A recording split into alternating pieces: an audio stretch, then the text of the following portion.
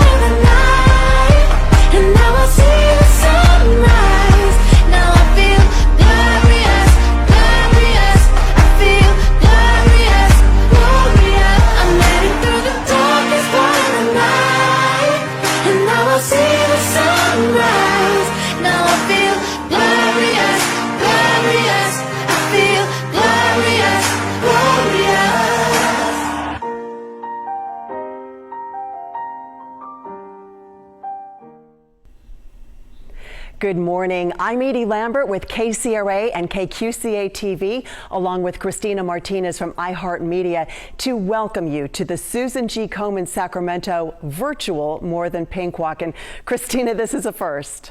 It certainly is, Edie. Usually we're gathered in a huge group at Cal Expo, but of course we can't do that this year. And if you're just arriving online with us and you still need to register, please visit KomenNCCalifornia.org. You'll find more information, and that's also where you can share the virtual walk with your family and your friends and make any donation amount. Every penny counts as we fight breast cancer together. Yeah, this is a completely different way to come together. And joining us virtually right now are members of our Komen team. They are survivors and participants who've registered for our walk.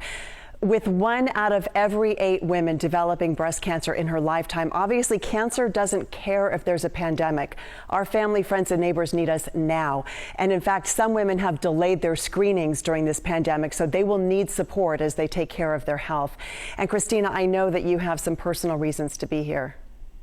I do. I've had 3 friends and 2 friends that fought the fight and are survivors. And I have 1 friend that we've been friends since elementary school, and she's at the beginning of her fight right now. And so these are so important to come together for our sisters and our brothers, and for those people that can't fight for themselves. That's why we're here. You know, I'm sending every good wish for your friend. And, you know, I first got involved in this fight when I lost my aunt to breast cancer. That was decades ago. And since then, many people close to me have been diagnosed. And that includes one of my very closest friends who was still in chemo when we did the More Than Pink walk together last year. We cannot find a cure soon enough. And at a time we are required to maintain social distancing, this is a chance to come together in a huge online community to support Susan G. Komen. Research, new treatments, and early detection have saved so many lives, but we do have a long way to go. It's estimated that this year, more than 4,500 more people here in California will die from breast cancer, and that's simply unacceptable. Yes, and whether we're together in person or whether we're here online, Komen's More Than Pink Walk could not happen without the support of our generous family of sponsors and top teams. And we thank our national presenting sponsor, Bank of America. And here in Sacramento, we are so grateful to our local presenting sponsors who have shown how supportive this community really is in the fight against breast cancer. So thank you to KCRA 3, My 58 KQCA, Marquee Media, 92.5 The Breeze, 93.7 The River, 107.1 The Bull, News 93.1 KFBK, Talk 650 KSTE, and Sacramento's V101.1 Throwback and Hip Hop. And we also want to thank our gold sponsors. They are HealthNet, Taco Bell, Lion Real Estate, and Guild Mortgage. And our silver sponsors are Chevron, Go Girl, and Sutter Health. Our bronze sponsors are Reyes Coca-Cola Bottling and Star Staffing. And our supporting sponsors are Alpha Graphics and Tiger Self Storage. Thank you, sponsors. And you know, it takes determination, science, love, smarts to fight breast cancer. It also takes money, and that's why it's my pleasure to announce the top 4 fundraising teams and individuals for Sacramento's More Than Pink Walk. Our number 4 fundraising team is our local Taco Bell. Number 3 is Lion Real Estate and Guild Mortgage. Our number 2 team is Jerry's Gang of Support. And our top fundraising team this year, Kimmy D's Walkers. Thanks to you all. And now on to our individual fundraisers. At number 3 is Sonia Lee. At number 2 is Patricia Martins. And congratulations to our number 1, Patty Tilton. Yes, congratulations, Patty, and all of our fundraisers. And don't forget, we can all keep raising essential dollars for the More Than Pink Walk until Saturday, June 30th.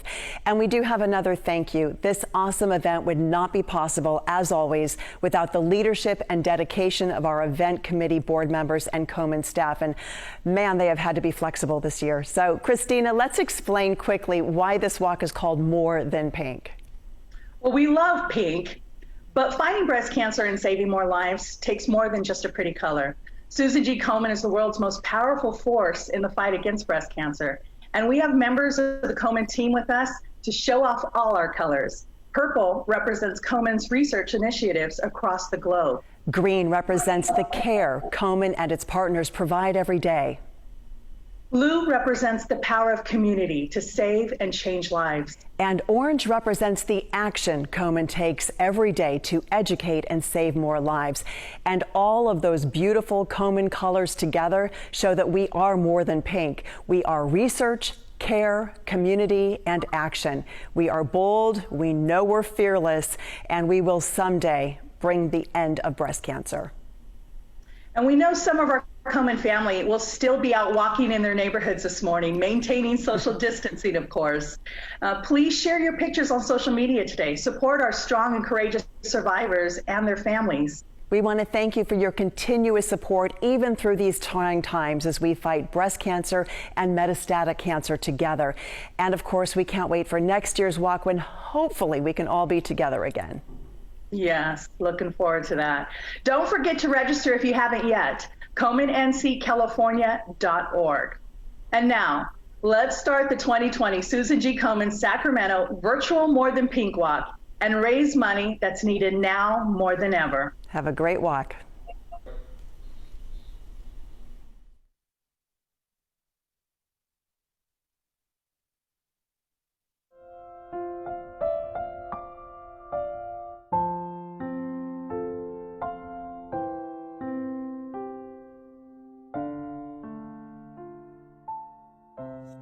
Hi everyone, my name is Stephanie Landrum Hall and I am a recent addition to the Susan G. Komen Northern and Central California Board of Directors. And I also happen to be a breast cancer survivor. So my story begins in the summer of 2018, shortly after my 38th birthday. I happened to be getting dressed and I noticed a lump in my right breast and immediately knew this was cause for concern. And I, in fact, had a dream about it that night as something that shouldn't be ignored and should definitely be addressed. Fortunately, I happened to already have a primary care appointment scheduled for a routine physical the following day, so I had her check it out. And she assured me at the time that it was nothing, but that we should get it checked out and get a mammogram just to be doubly sure and to have all of the X's checked. And so within a week, I was in getting my mammogram, and my first red flag during that appointment was when they asked me to hang back for more tests. And then by the end of that appointment, we were scheduling a biopsy for an additional follow-up. I then received my diagnosis after the biopsy in July of 2018. I happened to be in a meeting with my now husband, Brent, and with my mother. We were meeting with a possible wedding planner because Brent and I had recently gotten engaged. And so I had been anxiously awaiting this call, so I stepped out to take it and was told at the time that I had been diagnosed with stage 1 breast cancer. So as you can imagine, my world was turned upside down at that point. It became a life full of tests and scans and injections with surgeries and chemotherapy. and a month of radiation and endocrinology therapy, which I'm still continuing to do. And it's been tough. It's been a hard road, and I won't sugarcoat it at all. It's probably been one of the hardest things I've ever had to work through and endure. But I have had an amazing support system through this every step of the way. My husband has been there through every appointment. My parents coming with me to my chemotherapy treatments and changing my cold caps every 20 minutes, which is no small feat. My in-laws flying out from across the country to be with me during treatment. My sister, my brother, my sister-in-law, my aunts and uncles, all the rest of my family, my best friends, my work colleagues, and my medical team have all shown me such wonderful empathy and compassion, and have really helped me through all of the treatment and then everything that comes after the treatment too, because there's stuff that happens after that too. There's a lot of emotions that bubble up, and my support system has just been amazing. So for all of those individuals out there who have been diagnosed and or are going through treatment, I want you to know that all of the feelings you are feeling are totally real, and everyone who has gone through this road has felt them as well. Be assured that we are here for you, and that you are not alone, because sometimes this can be a lonely diagnosis. And to everyone who is participating in the walk today, I give you a big thank you. This is a walk that I have been participating in for a number of years and is near and dear to my heart. Previously, before my diagnosis, my sister, mom, and I, we would walk in memory and in honor of my grandmother, who had passed away from breast cancer. And last year we started walking both in honor and memory of her, and then to acknowledge my experience through the disease as well. So thank you. It means more than I can express, having everyone's participation and support of the Susan G. Komen Walk. And through this virtual event, I just want to give my appreciation, and I hope that everyone has a nice day and a fun walk. Thank you again.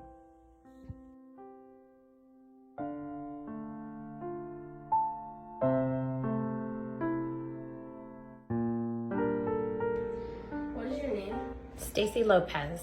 How long have you been a breast cancer survivor? 3 years.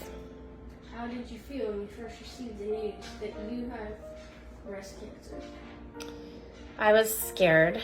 My kids were little, 2 and 5, and I was worried about missing out on any aspect of their lives, and worried about the impact diagnosis and treatment would have on my family.